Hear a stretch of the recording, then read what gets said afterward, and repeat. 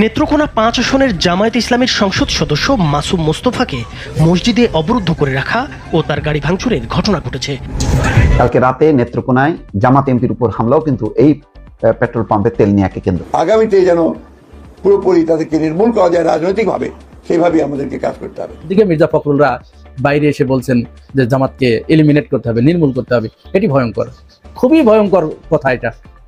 এটা বিরাট একটা রাজনৈতিক বার্তা দেয় যে সামনে বিএনপি কি করতে যাচ্ছে। একটা দেশে তেল নাই, গ্যাস নাই, বিদ্যুৎ নাই, আর এদিকে এইসব সংকট নিরসনে ক্ষমতাসীনদের তেমন কোনো ভ্রুক্ষেপ নাই। এরা ব্যস্ত কার্ড বিতরণে, এরা ব্যস্ত খাল খননে, এরা ব্যস্ত গ্যাসে 17 বছর কেটা গুপ্ত রাজনীতি করছে, কেটা সুপ্ত রাজনীতি করছে। দর্শক, এই মুহূর্তে পাওয়া সবচেয়ে বড় ব্রেকিং নিউজ। গতকাল রাত্রে নেত্রকোনা 5 আসনের জামাতের এমপির উপরে হামলা চালিয়েছেন বিএনপির নেতাকর্মীরা এবং তার যাতায়াতের গাড়িটা সহ ভাঙচুর করেছে এবং তাকে আহত করে মসজিদের ভিতরে বন্ধ করে দেওয়া হয়েছে। এবং এই বিষয় নিয়ে সারা বাংলাদেশে আলোচনা সমালোচনা কিন্তু ঝড় উঠে গেছে। এবং আওয়ামী লীগ থাকা অবস্থায় যে নির্যাতন করেছে জামাত শিবিরের উপরে এবং জামাতের নেতাকর্মীদের উপরে, এবং আওয়ামী লীগ যাওয়ার পরে নির্বাচিত হয়ে জয়লাভ করেছে এবং ক্ষমতার চেয়ারে বসেছে বিএনপি। এবং আওয়ামী লীগ যা দেখায় নাই এবং যা করে নাই সেটাই কিন্তু এবার করতেছে বিএনপি এবং বিএনপির নেতাকর্মীরা, এবং জামাতের উপরে যে অত্যাচার করতেছে কোনো রকমই আওয়ামী লীগ করে নাই। এবং এই বিষয় নিয়ে সারা বাংলাদেশে আলোচনা সমালোচনা কিন্তু ঝড় উঠে গেছে।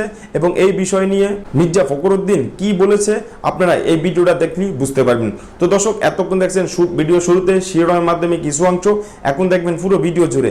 তার আগে সবাই কাছে একটা অনুরোধ করব, যারা আমার চ্যানেল নতুন আসছেন অবশ্যই চ্যানেলটা সাবস্ক্রাইব করে দিবেন, পাশে থাকা বেল আইকনটি অল ক্লিয়ার করে বাজিয়ে দিবেন। তো দর্শক চলেন একটা লাইক দিয়ে সম্পূর্ণ ভিডিওটা সবাই ধৈর্য সহকারে দেখতে থাকুন। ওদিকে মির্জা ফখরুলরা বাইরে এসে বলছেন যে জামাতকে এলিমিনেট করতে হবে, নির্মূল করতে হবে। এটি ভয়ঙ্কর, খুবই ভয়ঙ্কর কথা। এটা বিরাট একটা রাজনৈতিক বার্তা দেয় যে সামনে বিএনপি কি করতে যাচ্ছে। আমি বারবার আপনাদেরকে বলেছি, আমি 5 আগস্টের পরে বেশ কয়েকটা ভিডিওতে বলেছি, আওয়ামী লীগ তো জামাত শিবিরকে কি নির্যাতন করেছে, তার চেয়ে বেশি নির্যাতনের শিকার হবে এই বিএনপির আমলে। যদিও বিএনপির কপাল ভালো যে তারা জামাত ইসলামের মতো একটা বিরোধী দল পেয়েছে। এর মতো অবস্থায় যদি আওয়ামী লীগ বিরোধী দল হতো তাহলে বিএনপি বুঝতো কত ধানে কত চাল। কিন্তু এদের কাছে তো ওইটাই ভালো। কারণ আছে, অনেকগুলো কারণ আছে। কিন্তু এখন যেটা হয়েছে, তখন তো রিজিকই বন্ধ করে দিয়েছে। তো মানুষের সবচাইতে বড় খারাপ জিনিস তো রিজিক বন্ধ করে দেয়া। জামাত শিবির এখন বর্তমান ক্ষমতাসীনদের রিজিক বন্ধ করে দিয়েছে।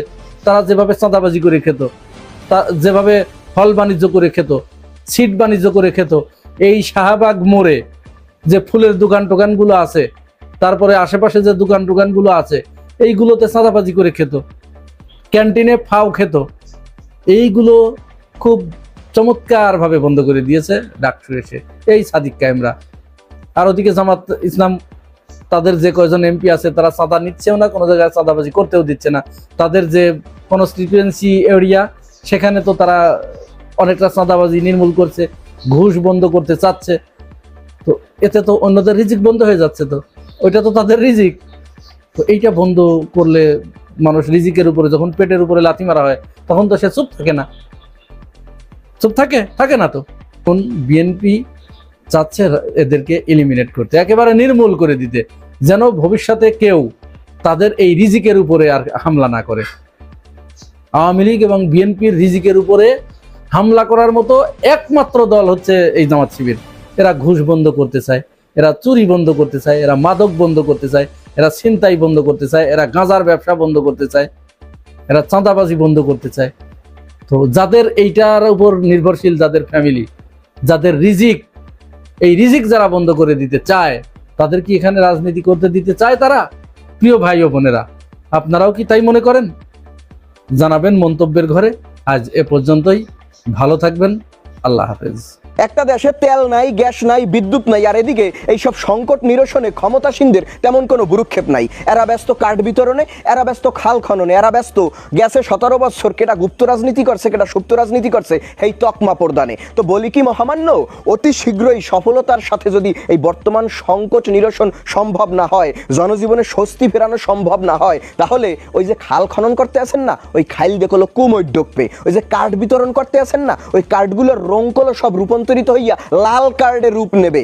এই যে একে অপরকে গুপ্ত সুপ্ত বললে যে পন্থাপন্থী, এই পন্থাপন্থীটার বেশি দিন সুযোগ পাইবেন না। কারণ কি, ব্যাপাকের আবার আন্ডারগ্রাউন্ডে চলে যাইতে হইবে। শোনেন, শান্ত সমুদ্র কখনো দক্ষ নাবিক তৈরি করতে পারে না। আপনি কত ভালো শাসক সেটা নির্ভর করবে দেশ যখন একটা টালমাটাল পরিস্থিতিতে পড়বে, দেশ যখন একটা সংকটের মধ্যে পড়বে, তার মধ্যে দিয়ে আপনি কত ভালোভাবে উত্তরে নিতে পারতে আছেন দেশটারে। তো মূল আলোচনা শুরুর আগে না ভাই একটা সংবিধিবদ্ধ সতর্কীকরণ দিতে চাই। আপনারা যারা দলকানা এবং দলদাস আছেন তারা দয়া করে আমার ভিডিওটা দেখেন না, এখনই স্কিপ করেন। কারণ কি, নিজের দল ক্ষমতায় থাকলে তখন লোডশেডিং এ গরম লাগে না, এগুলো আমরা বুঝি না ভাই, খুব ভালো করে বুঝি। সুতরাং আমি এখন যা কমু কথাবার্তা হলে আপনারা একসের আমার খামার দেত মন চাইবে, পত্রিকাটা দেখলে সোফরাইতে মন চাইবে, কি দরকার নাই কাজ বাজানের। হ্যাঁ, তো let's come to the point. তো না ভাইয়া, ফিরে যে জ্বালানি তেলের দামটা বাড়ানোর মধ্যে দিয়া বিএনপি সরকার এইবার ক্ষমতাভার গ্রহণের পরে প্রথমবারের মতো একটা পাসার খাইছে, এবং পাসারটা খাইয়েই তারা ব্যর্থতার পরীক্ষায় সফলতার সাথে উত্তীর্ণ হয়েছে। এবং শুধু তাই না, যারা সিন্ডিকেট মারানির ভূত আছে তারাও কিন্তু আবার সফলতার পরীক্ষায় কৃতিত্বের সাথে প্রত্যেকটা সাবজেক্টে